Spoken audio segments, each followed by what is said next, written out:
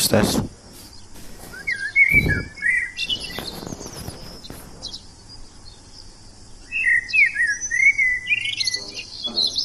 Berarti nasihat yang kedua ya.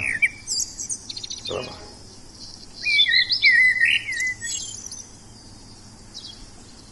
Udah? Baik.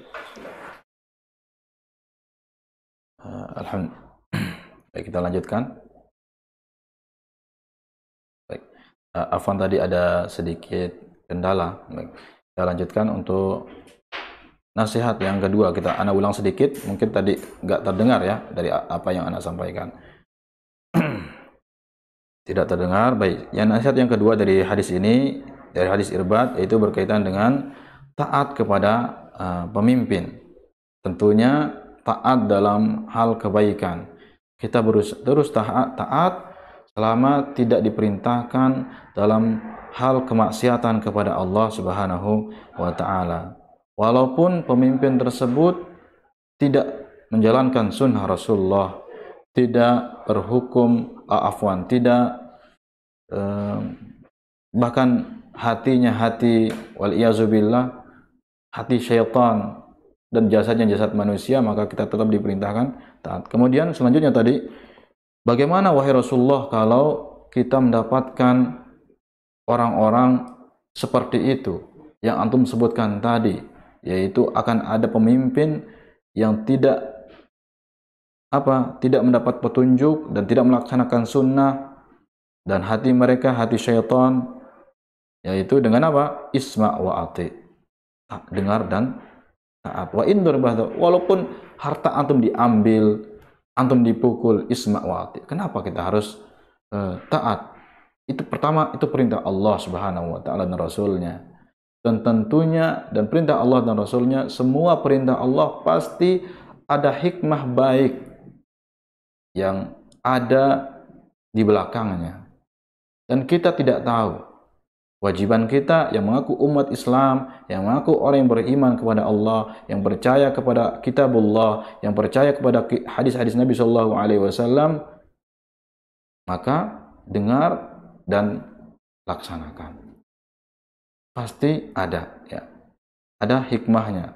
Adapun kalau kita mengetahui hikmah, itu adalah kalau bisa dikatakan itu bonus. Tapi kalau kita pun tidak tahu hikmah dari apa yang diperintahkan, maka kita laksanakan perintah Allah dan Rasulnya.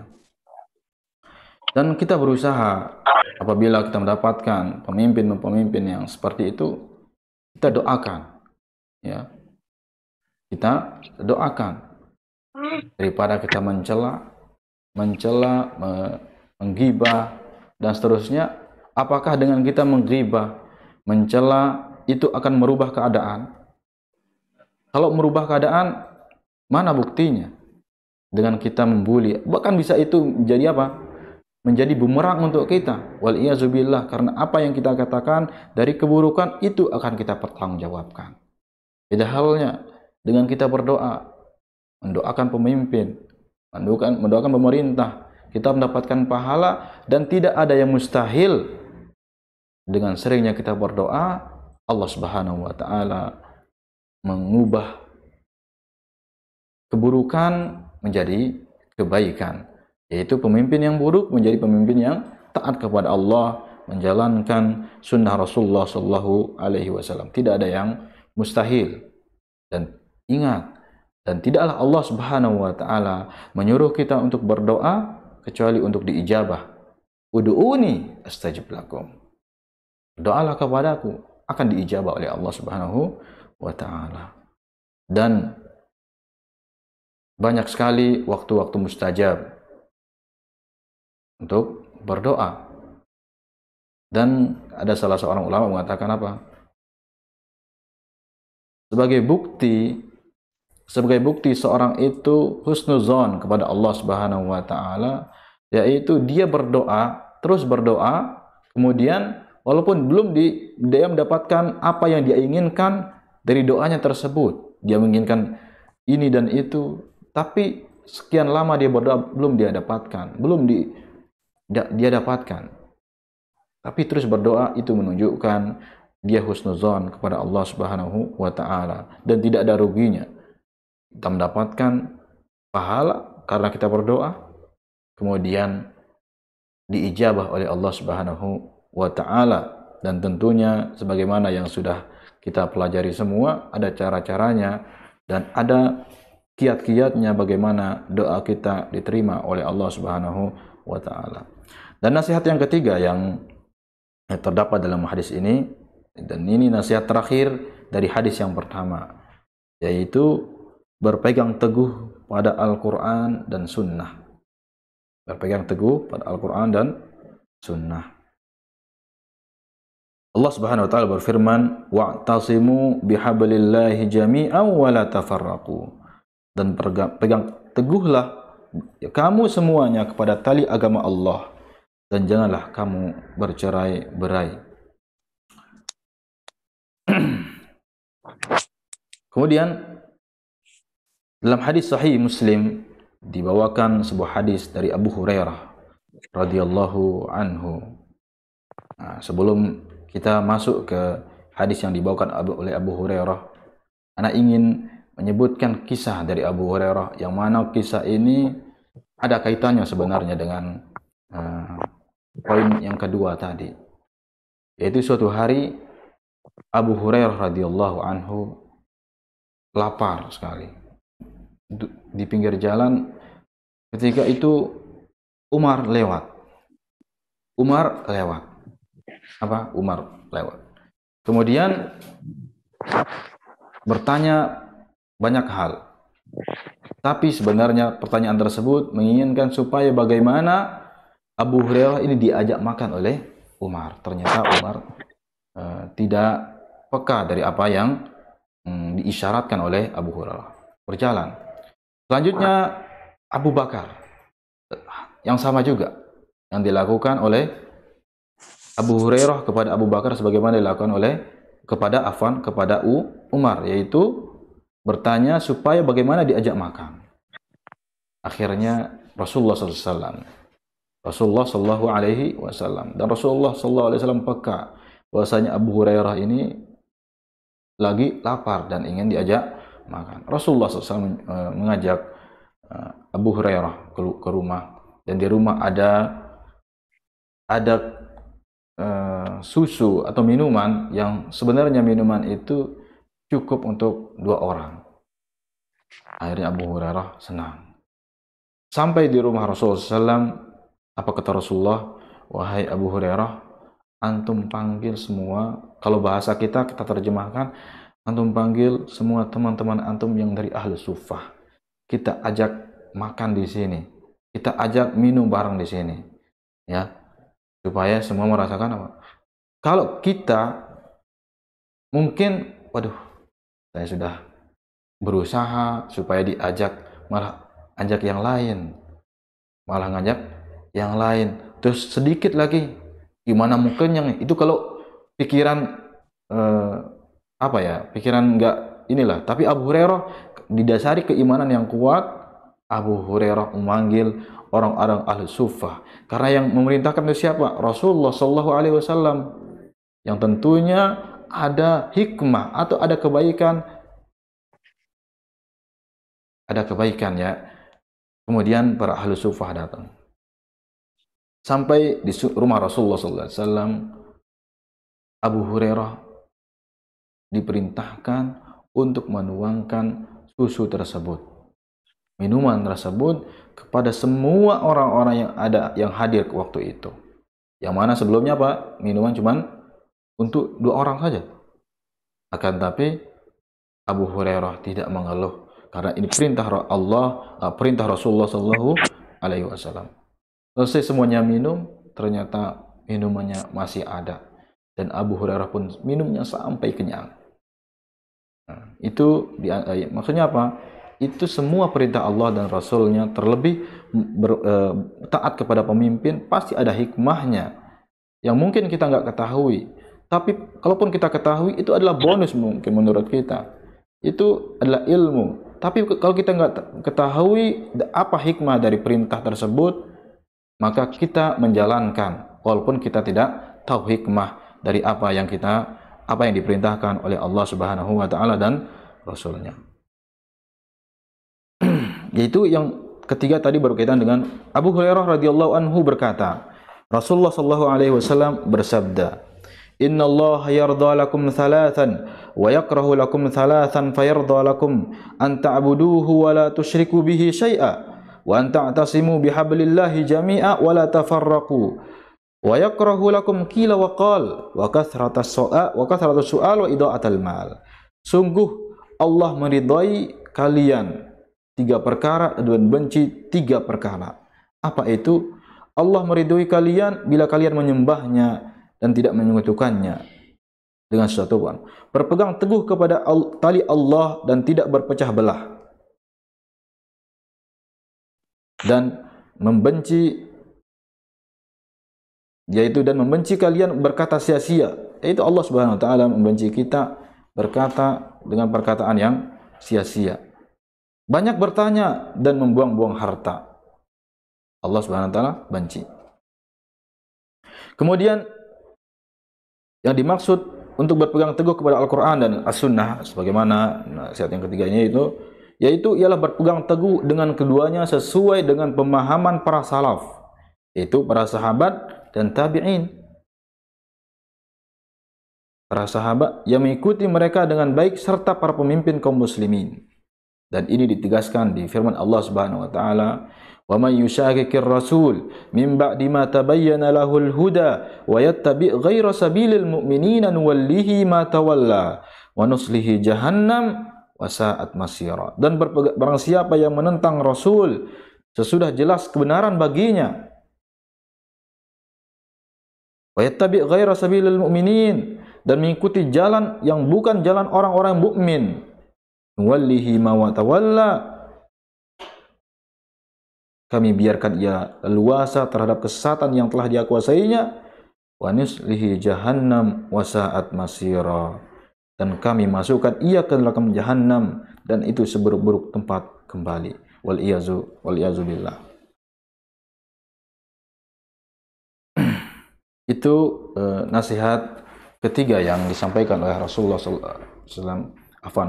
Tiga nasihat ya. Yang pertama berkaitan dengan takwa, yang kedua yaitu taat kepada pemimpin, dan yang ketiga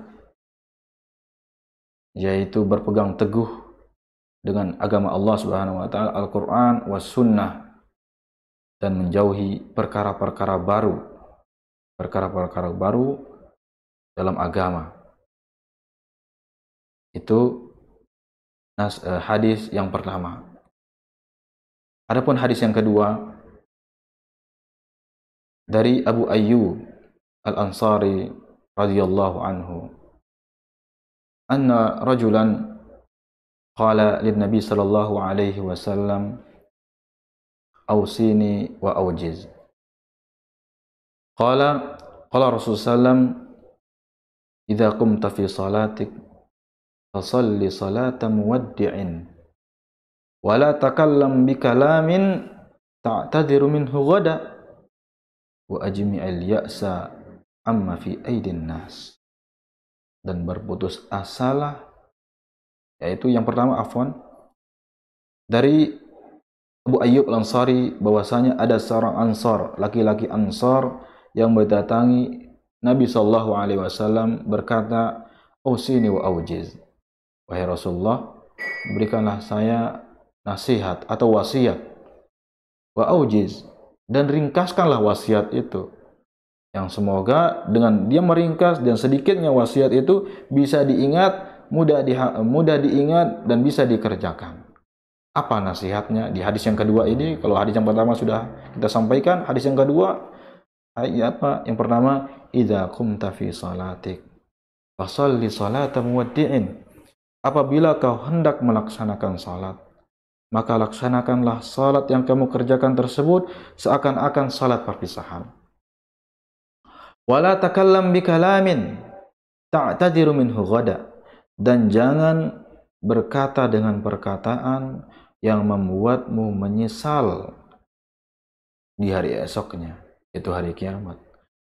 Wa ajmi'il ya'sa amma fi aidin nas, dan berputus asalah dari apa yang ada pada manusia. 3 nasihat berkaitan dengan salat, berkaitan dengan lisan dan hati, yaitu tidak qanaah. Yang pertama berkaitan dengan salat. Pada hadis yang kedua yang berkaitan, "Idza qumta fi shalatik fashalli salata muwaddi'in." Apabila kau hendak salat, maka laksanakanlah salat tersebut seakan-akan salat perpisahan. Misalkan ada orang yang sakit di rumah sakit. Kemudian ada dokter yang mengatakan, mungkin antum atau anti ini adalah salat terakhir.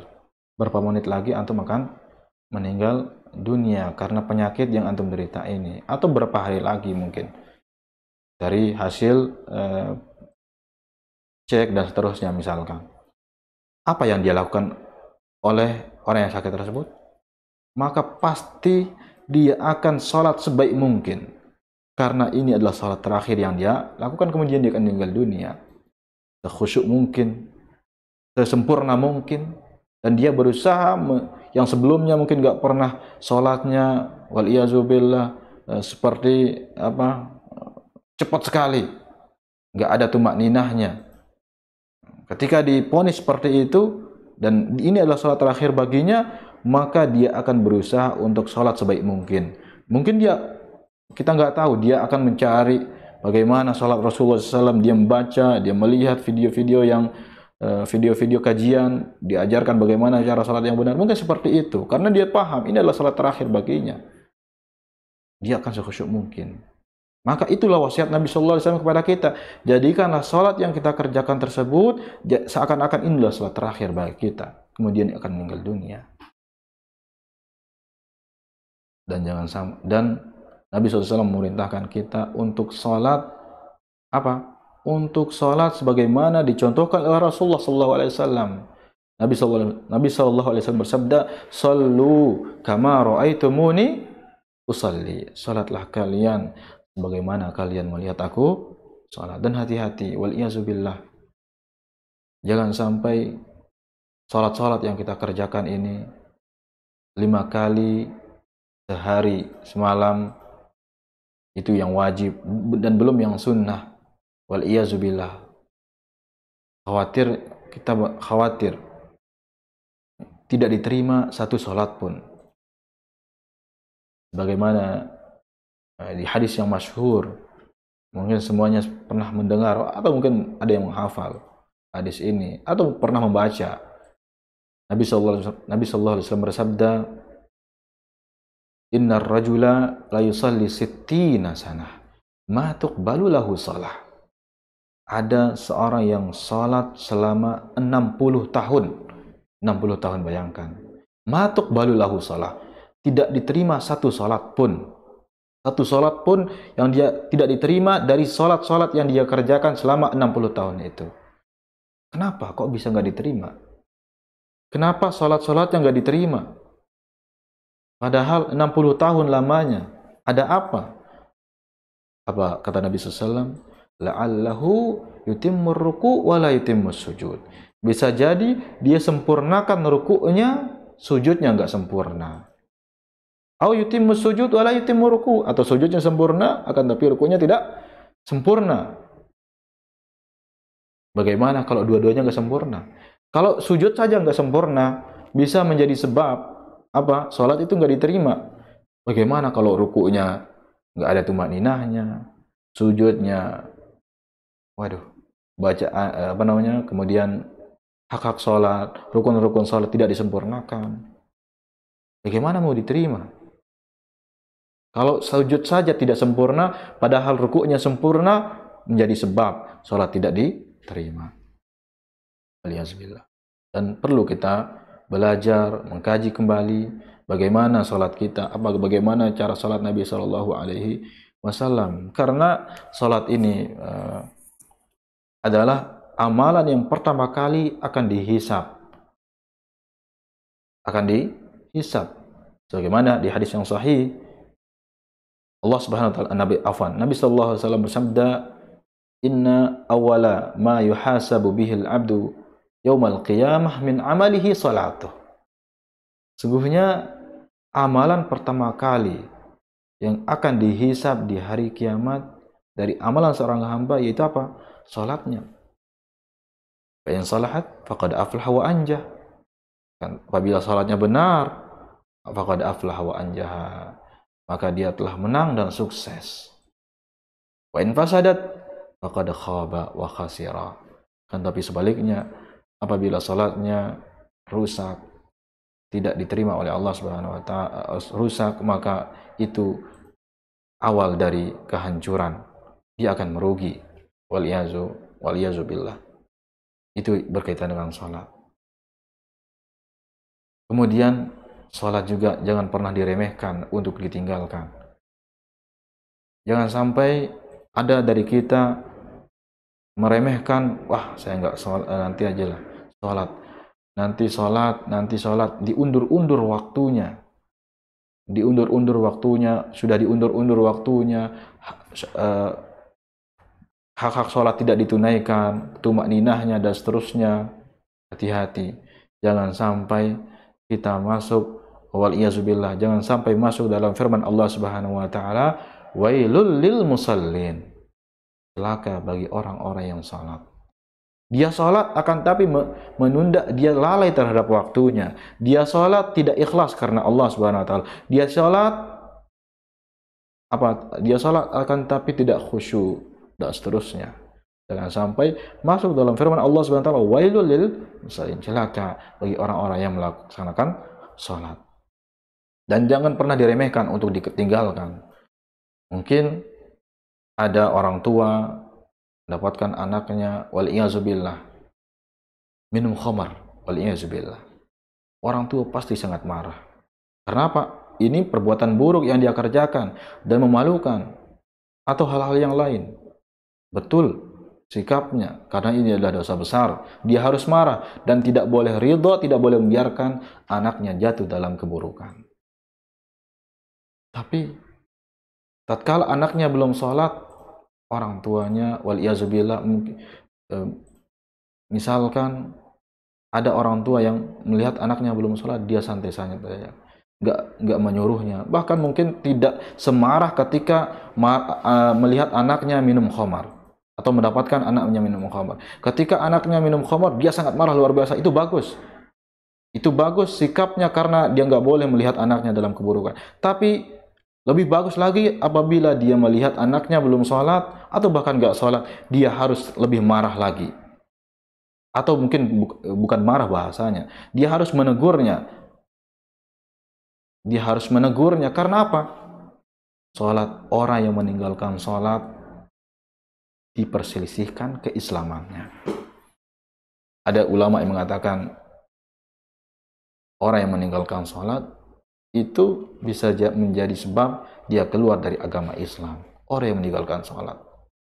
Karena di hadis yang sahih, Nabi SAW bersabda, al-ahdu alladhi bainana wa bainahum as-salah. Man tarakaha faqad kafar. Itu pembeda di antara kita dengan orang-orang yang mukmin dan orang-orang kafir itu salat. Barang siapa yang meninggalkan salat, maka dia telah kafir. Waliyazubillah. Jadi jangan pernah meremehkan dosa sholat. Nanti saja, nanti ya. Wah, kamu ini enggak sholat biasanya. Kamu ini enggak sholat, tapi dia rajin ibadah, dia rajin bersedekah, dia rajin baca Al-Quran, tapi enggak sholat. Bagaimana yang hadis tadi? Apabila sholatnya buruk, tidak diterima, atau bahkan mungkin enggak sholat, maka apa? Menjadi sebab itu awal dari kehancurannya. Bahkan sebagaimana Nabi SAW, sebagaimana firman Allah Subhanahu wa taala, masalakakum fi sakar, apa yang menyebabkan kalian masuk ke neraka sakar ini? Qalu lam nakum minal musallin. Kami dulu di dunia tidak termasuk orang-orang yang mendirikan salat. Ini nasihat yang pertama, dan nasihat yang yaitu berkaitan dengan laksanakanlah salat kamu, jadikanlah salat tersebut seakan-akan salat perpisahan. Dan ini menunjukkan juga, dan hadis ini juga menunjukkan, yaitu nasihat yang pertama ini menunjukkan untuk seringnya kita mengingat kematian. Ketika kita sholat, ini adalah salat terakhir bagi kita. Bisa jadi kita akan meninggal dunia dan tidak ada yang tahu. Tidak ada yang tahu kalau ini adalah salat terakhir bagi kita. Maka karena tidak ada yang tahu apakah ini adalah salat terakhir bagi kita, maka jadikanlah salat tersebut seakan-akan salat terakhir. Seakan-akan salat terakhir. Dan itu menunjukkan untuk memperbanyak mengingat kematian. Dan itu adalah perintah Rasulullah sallallahu alaihi wasallam, aktsiru dzikra hadzimil ladzat. Perbanyaklah oleh kalian mengingat pemutus kelezatan, yakni al-maut, yaitu kematian. Ada seorang Ansar mendatangi Nabi sallallahu alaihi wasallam. Ya Rasulullah, ayyul mu'minin aqyas? Wahai Rasulullah sallallahu alaihi wasallam, siapa dari kalangan mukmin itu orang-orang cerdas? Apa kata Nabi sallallahu alaihi wasallam? Aktsaruhum lil mauti dzikra. Orang yang paling banyak mengingat kematian. Wa ahsanuhum lima ba'dahu isti'dada. Dan orang yang paling bagus mempersiapkan untuk menghadapi kematian tersebut. Itu adalah orang yang cerdas. Itu adalah orang yang cerdas. Yaitu yang pertama apa? Orang yang paling banyak mengingat kematian dan orang yang paling siap, yang paling bagus mempersiapkan untuk menghadapi kematian. Bagaimana cara orang itu paling bagus menghadapi kematian? Yaitu dengan dia memperbanyak amal saleh, yang memperbanyak kebaikan, yang memperbanyak membaca Al-Quran, memperbanyak salat malam, memperbanyak salat sunnah, dan seterusnya dari amalan-amalan kebaikan. Dan dia takut, dia mengharapkan pahala dari Allah Subhanahu wa Ta'ala. Itu adalah orang-orang yang cerdas, yang sebagaimana disebutkan oleh Nabi Shallallahu Alaihi Wasallam. Itu nasihat yang pertama berkaitan dengan salat dan mengingat kematian dari wasiat yang pertama yang disampaikan oleh Rasulullah SAW pada hadis kedua ini. Dan nasihat yang kedua atau wasiat yang kedua dari hadis Abu Ayyub Al-Ansari ini, dari hadis yang kedua ini, yaitu berkaitan dengan lisan. Wala takallam bikalamin ta'tadiru minhu ghada, dan jangan berbicara dengan perkataan yang membuatmu menyesal di hari esoknya, yaitu hari kiamat. Perlu kita ingat, apapun yang kita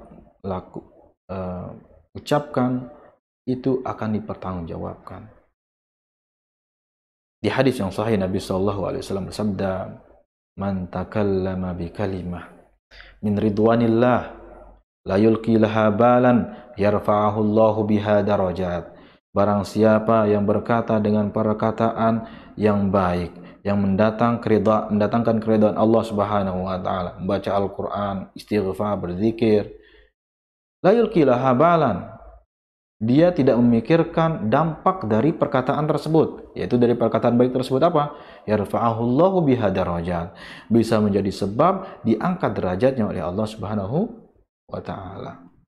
Begitu juga sebaliknya, man takallama bi kalimah min sakhatillah la yulqi laha balan yahwi biha fi nari jahannam. Barang siapa yang berbicara dengan perkataan yang mendatangkan kemurkaan Allah Subhanahu wa ta'ala, la yulqi laha balan, dia tidak memikirkan dampak dari perkataan tersebut, yarwi biha fi nari jahannam, dia dimasukkan, menjadi sebab dia dimasukkan ke neraka jahannam. Waliyazubillah. Suatu hari ada salah seorang sahabat mendatangi Nabi sallallahu alaihi wasallam, mengatakan bahwasanya ada perempuan yang luar biasa ibadahnya. Ya, di antaranya salat malamnya, membaca Al-Qur'annya, dan seterusnya. Luar biasa ibadahnya. Akan tapi, wahai Rasulullah, perempuan ini suka menyakiti tetangganya. Dengan apa? Dengan lisannya. Apa kata Nabi SAW? Mendengar tuturan dari sahabat tersebut, hiya finnar, perempuan tersebut di neraka. Karena kan tetangganya tidak merasa aman dari perempuan tersebut yang ahli ibadah ini, akan tapi dia suka mengganggu tetangganya dengan lisannya. Waliyazubillah. Ya.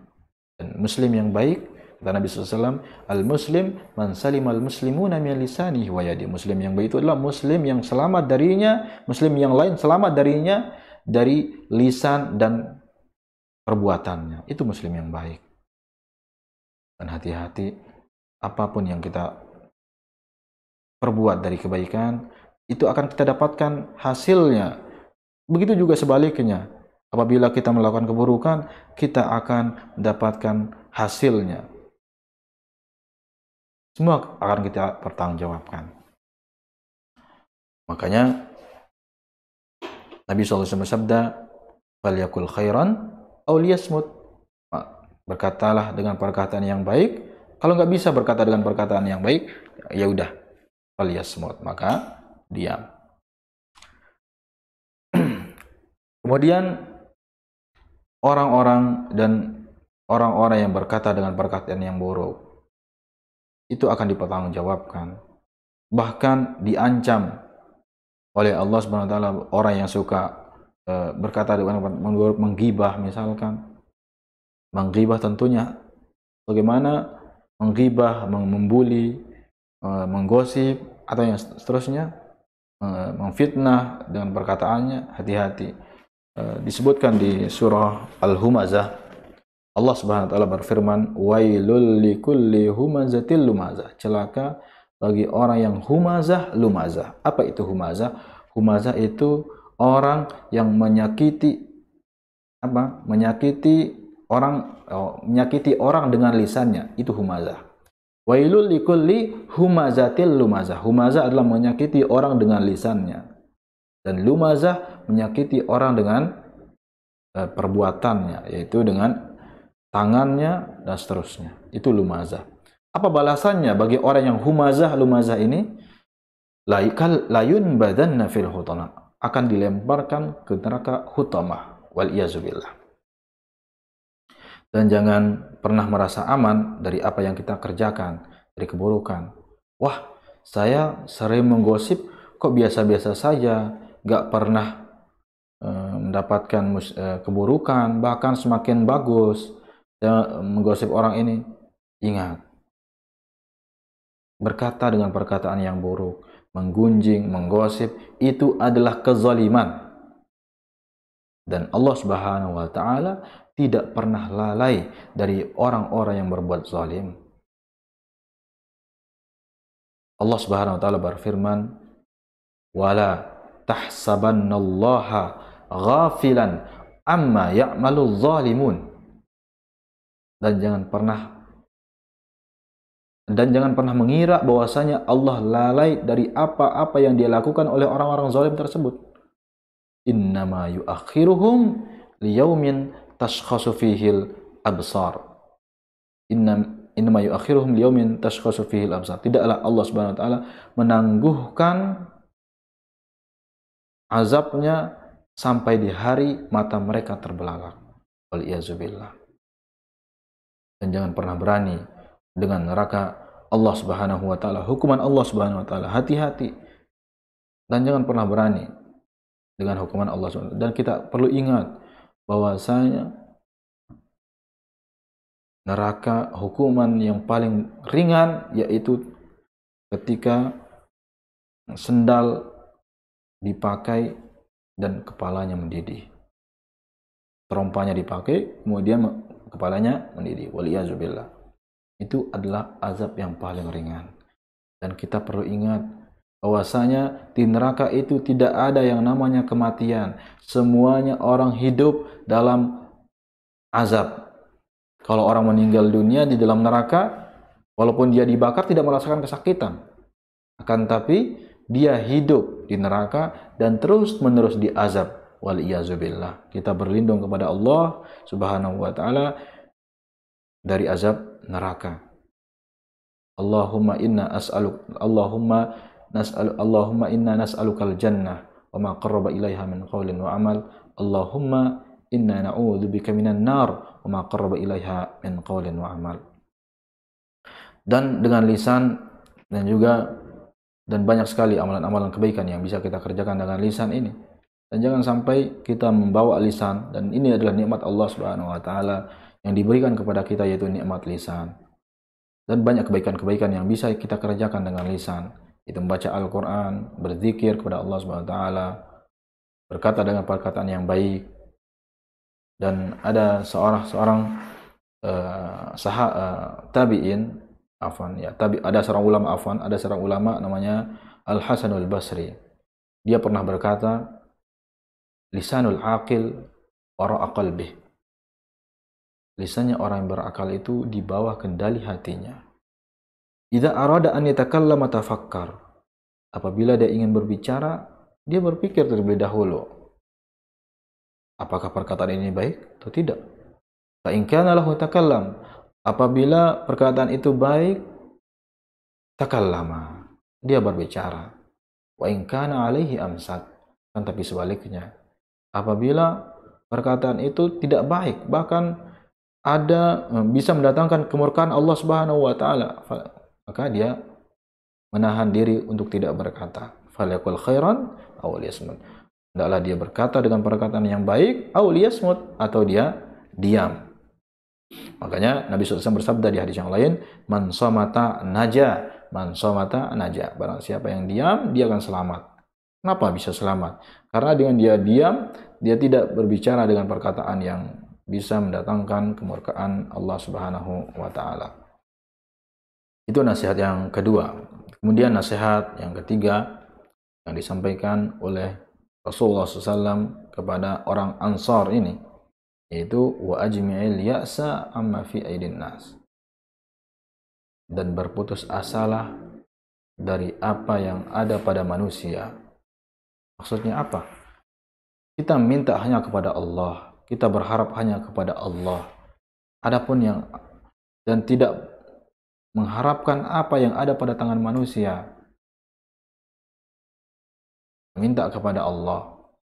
Iyyaka na'budu wa iyyaka nasta'in. Hanya kepada Allah kita menyembah, beribadah, dan hanya kepada Allah kita minta pertolongan. Dan di antara nasihat Jibril alaihissalam kepada Nabi sallallahu alaihi wasallam, di antaranya wa'lam anna syarafal mu'min qiyamuhu bil lail wa 'izzuhu istighna'uhu 'anil nas. Ketahuilah, di antara kemuliaan seorang muslim, seorang mukmin, dengan dia bangun tengah malam, salat tengah malam. Wa 'izzuhu istighna'uhu 'anil nas, dan kehormatannya dia merasa cukup dari manusia. Dia mencukupkan diri dari manusia. Dia minta kepada Allah Subhanahu wa taala. Baik, itu dua hadis yang bisa kita sampaikan pada kesempatan ini. Dua hadis. Yang pertama hadis Irbad bin Sariyah. Yang pertama hadis Irbad bin Sariyah berkaitan dengan takwa, kemudian taat kepada pemimpin, dan berpegang teguh kepada Al-Quran dan Sunnah. Dan hadis yang kedua yaitu dari hadis Abu Ayyub Al-Ansari. Yang pertama berkaitan dengan salat dan memperbanyak mengingat kematian, dan yang kedua berkaitan dengan lisan, dan yang ketiga berkaitan dengan merasa cukup dari apa yang ada pada manusia. Semoga apa yang kita kaji bersama pada pagi ini bermanfaat untuk kita dan bisa kita amalkan. Semoga apa yang kita kerjakan, semoga Allah Subhanahu wa taala memberikan kita taufik untuk selalu diberikan untuk melakukan kebaikan dan dijauhkan dari teman-teman yang buruk, dan dijauhkan dari amalan-amalan yang mana amalan tersebut membawa pelakunya ke neraka. Wal iyazu billah. Mungkin hanya ini yang bisa ana sampaikan. Sallallahu ala nabina Muhammadin wa ala alihi wa ashabihi wa sallam. Assalamualaikum warahmatullahi wabarakatuh.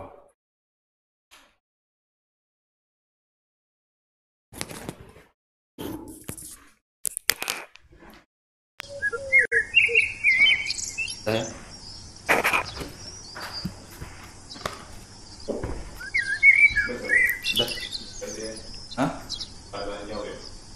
Oh, emang ada? Iya.